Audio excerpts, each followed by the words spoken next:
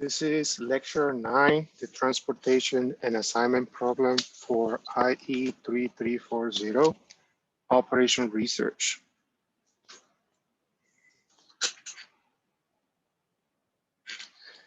In this lecture, we're going to study a very important application of linear programming, which is the transportation and the assignment problem.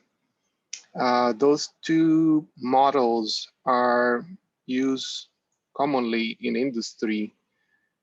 First, to study the assignment of or distribution of supplies from the site or the manufacturing site to the distribution centers or to the stores. So this is a very important application. This is a very useful application, and we will spend this video lecture discussing the transportation and assignment problem. As always, we start by listing the course objectives for this class. And as you can see, up to this point in the semester, these are on to your right, these are all the things that we have done. From top to bottom, we have covered the first 4 course objectives for this topic, operation research. And today we're gonna address that last objective in which we recognize, analyze, formulate, and solve industrial problems that can deal with linear programming. So in this lecture, we're going to specifically discuss the transportation problem. It's a linear programming problem, and we're going to show some examples. So the learning objectives for this class are to discuss 2 special types of linear programming problems, which are the transportation model and the assignment model. So the agenda for this lecture is, first, we're going to define the transportation model. And then we're going to discuss the difference between a balanced and an unbalanced transportation problem. And the last thing we're going to do in this lecture is to discuss the assignment model, which is a special case of the transportation model.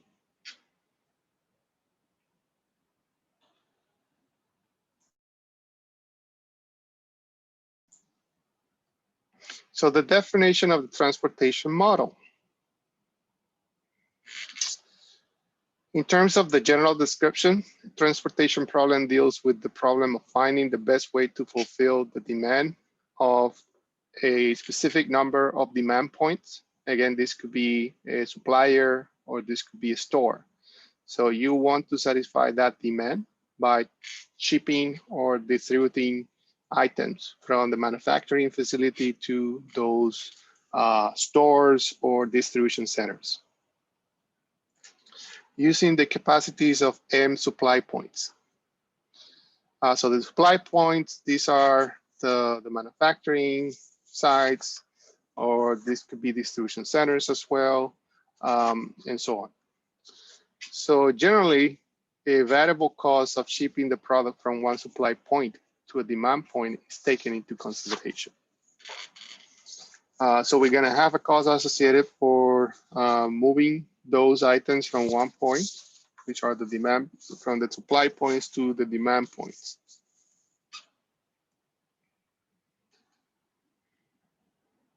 So an application of the transportation model, typically when we think about transportation, we think about the roads and the cars and the trucks, but the transportation model also applies to other scenarios, like the one that I'm showing here. It's the same idea. We have a supplier. In this case, is the generation, the power station here at the top. And we have to decide how we're gonna move or the supply from to the demand points. The demand points are It could be buildings, could be residential consumers, it could be commercial. So we have the power station, and then we also have some distribution substations. So how do we decide how much will go from here to these power transformers and to these substations? And how much is going to be sent from this point to this point and from this point to this point, by minimizing the cost associated with the distribution. So again, it's not only transportation model in terms of the roads. This can also have other applications, like the one that I'm showing you in this slide. And if you think about network problems, like server distribution for databases and so on, this type of model also applies. So let's look at one more traditional example. So it's related to the slide that I showed you on the previous, or the slide that the picture that I showed you on the previous slide. Here we have Power Corporation has 3 electric power plants that supply the electric needs of 4 cities. The associated supply of each plant and demand of each city is given in table 1. So you have the demand. We have 4 cities, city 1, city 2, city 3, and city 4. And we have a demand in kilowatts an hour for in million. So the cost of sending 1 million kilowatts hours of electricity from a plant to a city depends on the distance the electricity must travel.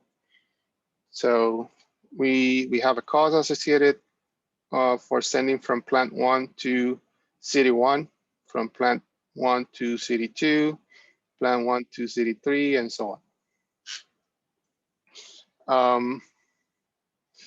Also, we have plant 2, so it's the same thing. It depends on the distance. So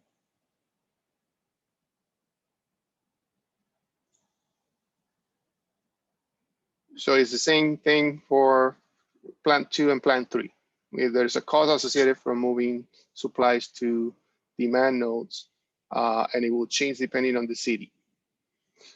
In addition to that, we have some limitations on how much we can transport or we can supply in terms of each plant. So we have demands, we have limitations in terms of supply, we have a demand that needs to be satisfied, and then we have costs associated with sending from a plant to a city. So a transportation problem is specified by the supply, the demand, and the shipping costs. The relevant data can be summarized in a transportation tableau or table. The transportation tableau implicitly expresses the supply and demand constraints and the shipping costs between each demand and supply point. So shipping costs, supply and demand for Power Corporation is shown here. This is the same table that I showed you on a couple of slides ago. So we have the supply for each one of the plants, and we also have the demand for each one of the cities, and the costs associated for sending, supplying electricity from a plant to a city.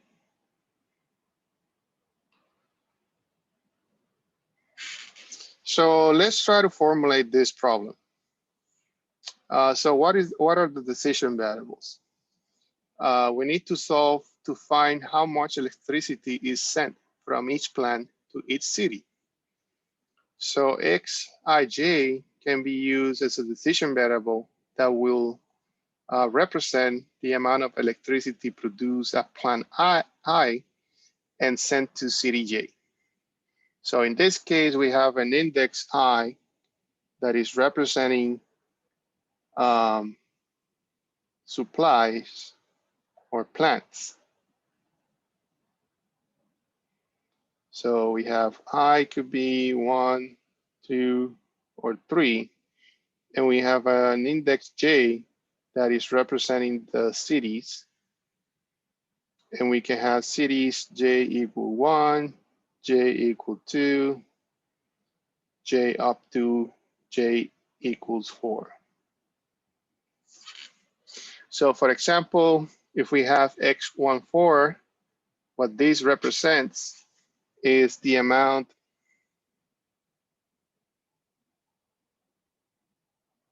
of electricity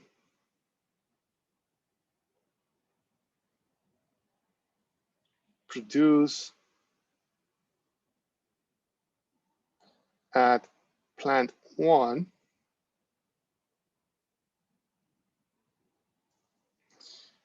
and sent to city 4. Sorry.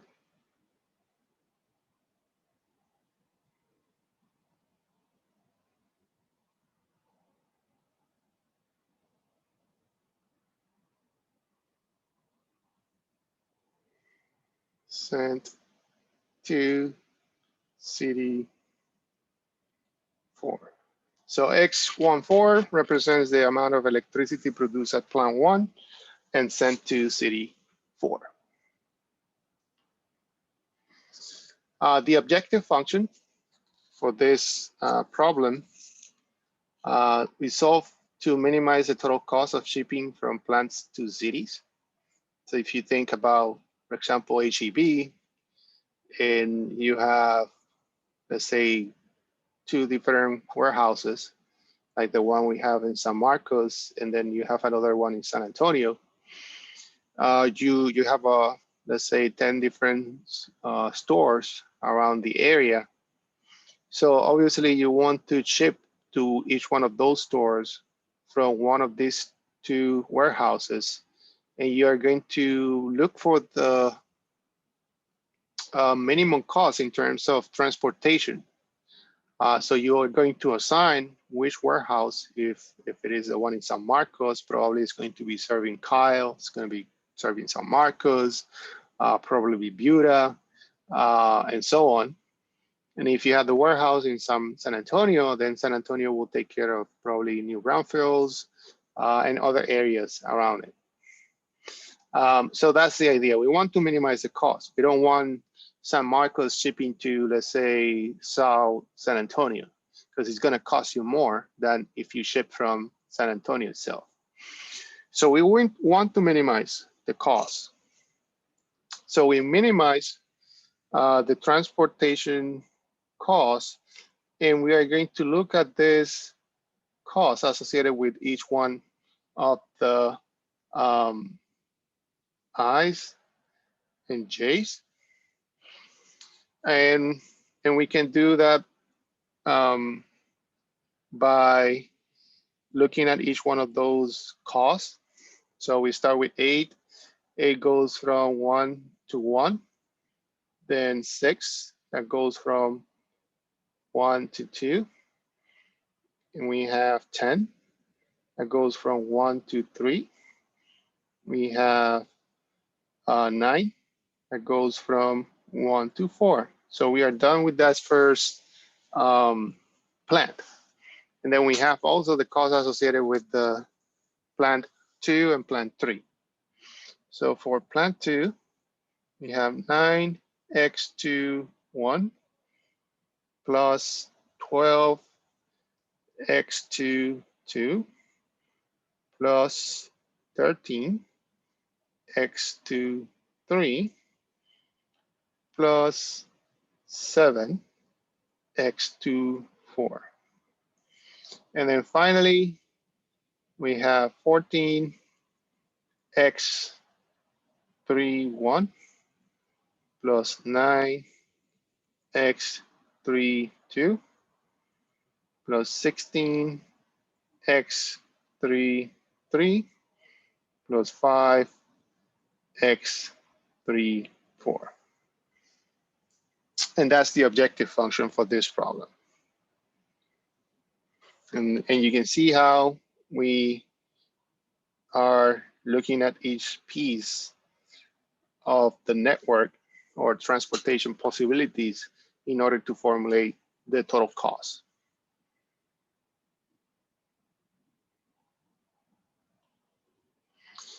Since in terms of the constraint, we have two types of constraints. First are the supply constraints. So since each supply point has a limited production capacity, we need to set up some constraints associated with the capacity in terms of supply. So going back to, we're gonna have a limitation for each one of the supply nodes. And these are the numbers, 35, 50, and 40. And then we have the decision variables associated with each plant one. So 1 to 1, 1 to 2, 1 to 3, and 1 to 4. Everything that we supply from 1 has to be less than or equal to 35. So that's our first constraint. Everything that we supply from 1, so from 1, 1, 1, 2, 1, 3, and 1, 4 has to be less than or equal to 35. And that's our first constraint. And if we look at the next one, same thing, we have a limitation of 50 instead of 35. So we go from 2 to 1. So everything that goes from, or the summation of everything that goes out from that supplier. So 2 plus x2 3 plus x2 4 has to be less than or equal to 50. And we have x31 plus x32 plus x33 plus x34. All that has to be less than or equal to 40. And those are the supply capacity limitations. And those are the constraints associated with those supply capacity limitations. And then we have a second group of constraints that are the demand constraints. And we have, in this case, we want to make sure that we meet the demand. So since each demand, this should be demand, point has a demand requirement,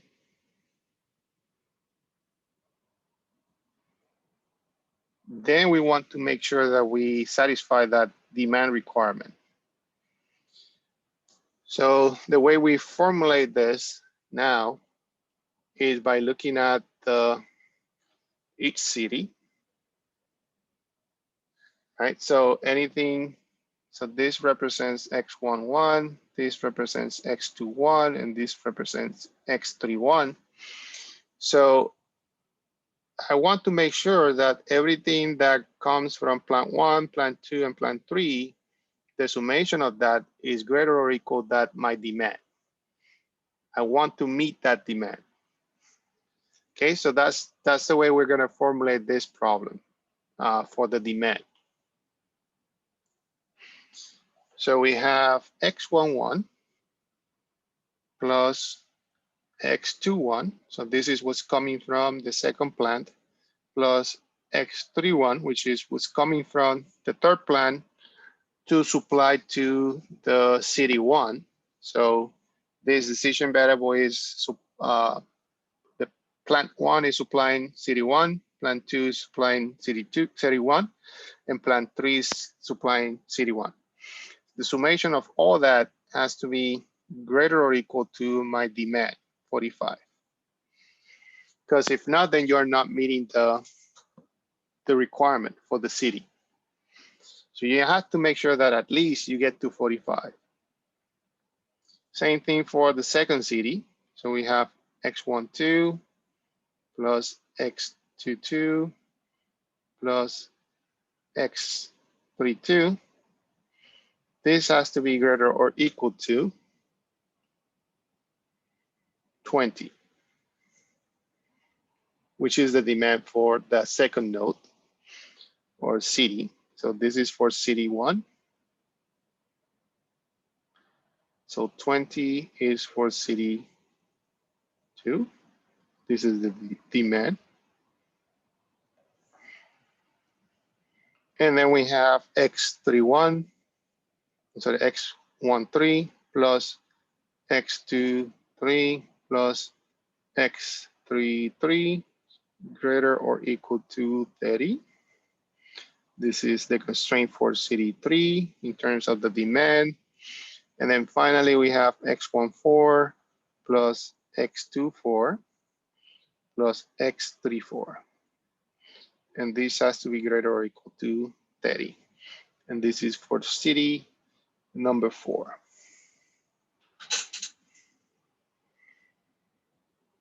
So this group of constraints, since we have only 4 cities, if we, at some point in a different problem, we have 20 cities, then we would have 20 constraints for the demand requirement.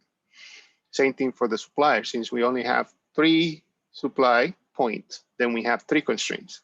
So the number of constraints is associated with the supply nodes, number of supply nodes. So you have a group of constraints that are for the supply, and then you have a group of constraints that are for the demand. And it's the demand constraints are tied, or the number of the demand constraints is tied to the number of cities in this case.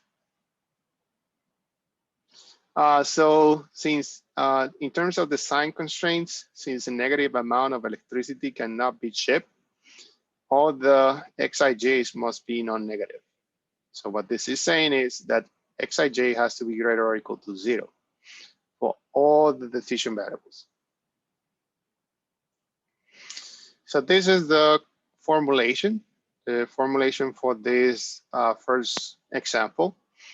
And as you can see, we have the objective function that has the cost for shipping from one supply node to a demand node. And then we have a group of constraints that are associated with the supply capacity.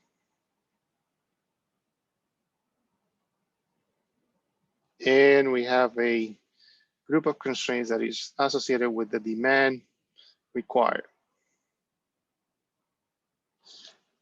If you can identify a problem, a transportation problem, let's say a practical problem that looks like a transportation model, and you can say, okay, we have a cost associated with sending from one supplier to a demand point, then the formulation in terms of the format of the formulation, the model itself will not change. You always have, you're always going to have a objective function that is a minimization, that is going to look at the cost associated with moving from one supplier to a demand point. So there's a cost associated with that decision. And then the constraints, you're gonna always have 2 groups of constraints. One group of constraints are for the supply capacity, and then the second group is going to be associated to the demand required, which is what we are seeing here. Okay, so let's look at another example. Here is an example for transporting cars.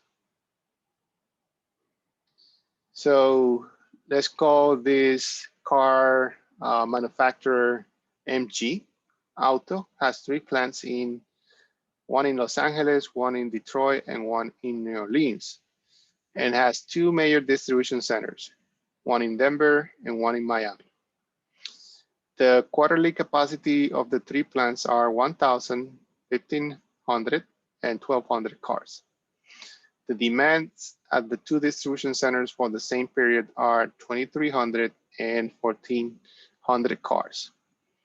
The mileage charge and transportation cost per car between the plants and the distribution centers is given in the tables. So you see here, this is how many miles it takes you to transport from Los Angeles to Denver and to Miami. And then we also have a cost per car associated with moving from Los Angeles to Denver and from Los Angeles to Miami.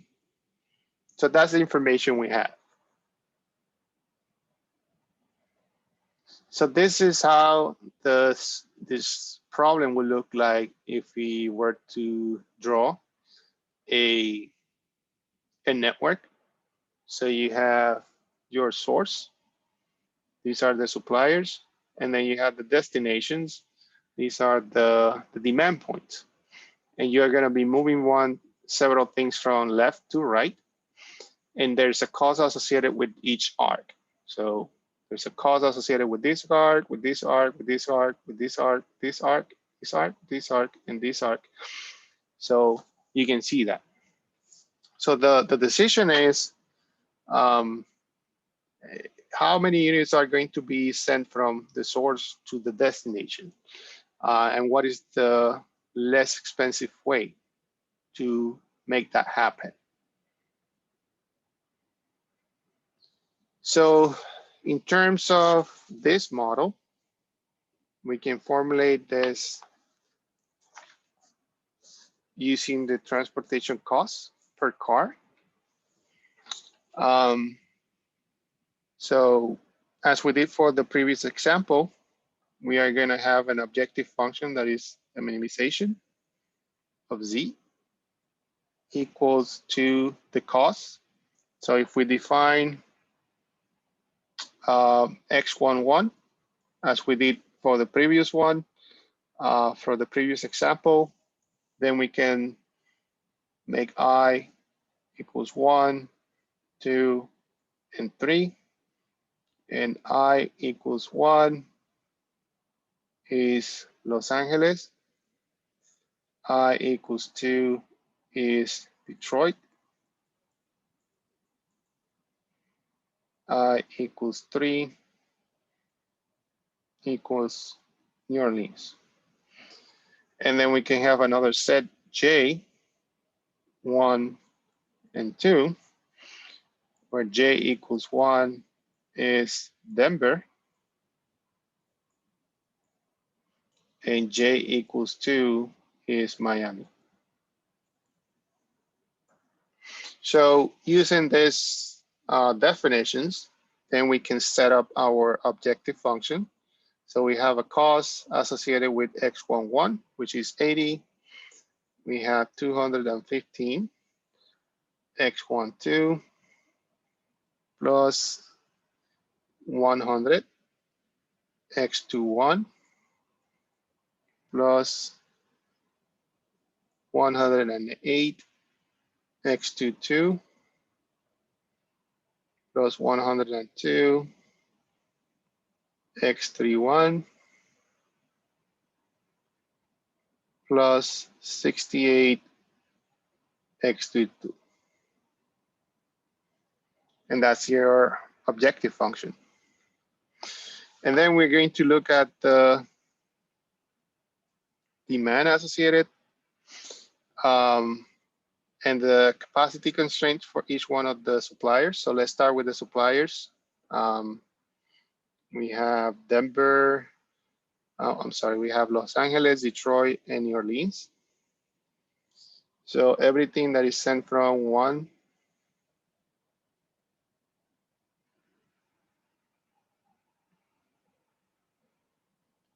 to 1 plus from 1 to 2 has to be equal to 1,000. From x21 plus x22 has to be equal to 1 or 1,500. So this is LA. This is Detroit. And from x31 plus 3x2, x32 equals 1,200. This is New Orleans. So those are our constraints for the supplies. Now we can look at the demand nodes. So we have X, everything that is sent from 1 to 1, from 2 to 1, and from 3 to 1 has to be equal to the demand, which is 2,300. And this is for Denver. and everything that is sent